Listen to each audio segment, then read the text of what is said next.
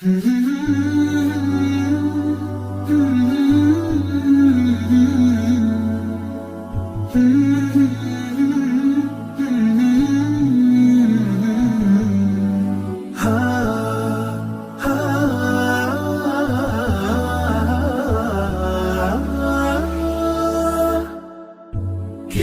الله للأرواح نور، تنال به السعادة والسرور، إلى درب الهدى والخير يهدي، وللجنات يوصل من يسير.